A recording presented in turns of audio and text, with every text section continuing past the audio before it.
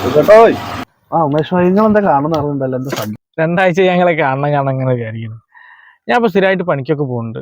കഴിഞ്ഞ ആഴ്ച ഇപ്പോൾ 2 ദിവസം പോയി, അതിന് മുമ്പത്തെ ആഴ്ച 2 ദിവസം പോയി. പക്ഷെ ആ പണി കൊണ്ട് ഞാൻ കഴിച്ചില്ലാവെന്ന് എനിക്ക് തോന്നുന്നില്ല. സംഭവം എന്ന് വെച്ചാൽ ഇനിയും കൂടി നിങ്ങൾ ടീമിലൊന്ന് എടുക്കുമോ? ടീമിലെടുക്കുന്നൊക്കെ പിന്നെ ആലോചിക്കാം.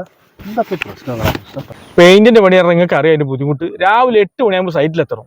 പിന്നെ ഒരു മുടിഞ്ഞ വെയിറ്റുള്ള ഒരു കോണിയുണ്ട്, അതും തോളിൽ വെച്ച് ഇങ്ങനെ നടക്കണം. എത്ര പ്രാവശ്യം അങ്ങോട്ടും ഇങ്ങോട്ടും നടക്കണം എന്നറിയോ?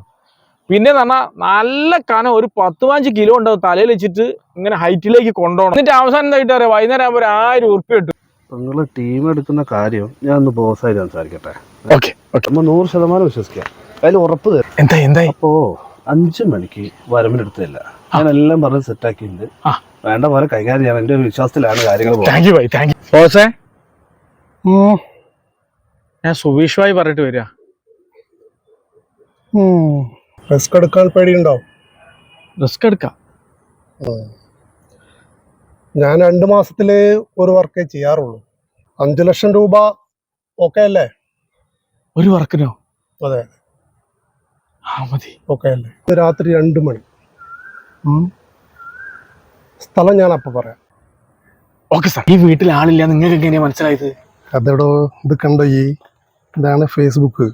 കണ്ടോ? ഇവരൊക്കെ ഇന്ന് ഗോവയിലാണുള്ളത്. കണ്ടോ? നാളെ ഇവര് ഡൽഹിയിലേക്ക് പോകും. കണ്ടോ? ഇത് എന്ത് സാധനം നമുക്ക് ഫേസ്ബുക്ക് പറഞ്ഞില്ലേ? പിന്നെ എന്തിനാ പേടിക്കുന്നത്? അവിടെ പോയി കുമ്പിട്ട് കിടാ. ഇവിടെ അതിന് കയറണ്ടേ?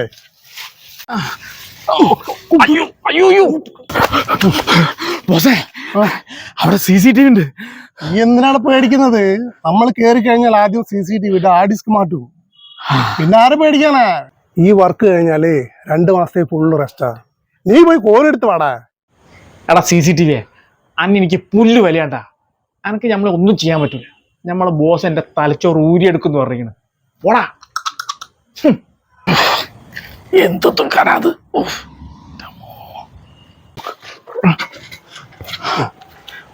മോൾ കയറ്. പണി പാളി. ഓടി രക്ഷപ്പെട്ടോ. രക്ഷപ്പെട്ടോടാ. അന്നെന്തായാലും പോലീസ് നോക്കും മോനെ. ഞാൻ CCTVന്റെ മുന്നിൽ പോയിട്ട് കുറെ ചീത്ത പറഞ്ഞല്ലേ.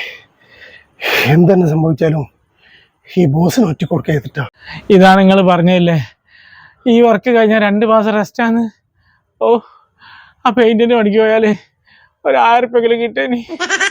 ഇനിയിപ്പോ 2 മാസം ജയിലില്.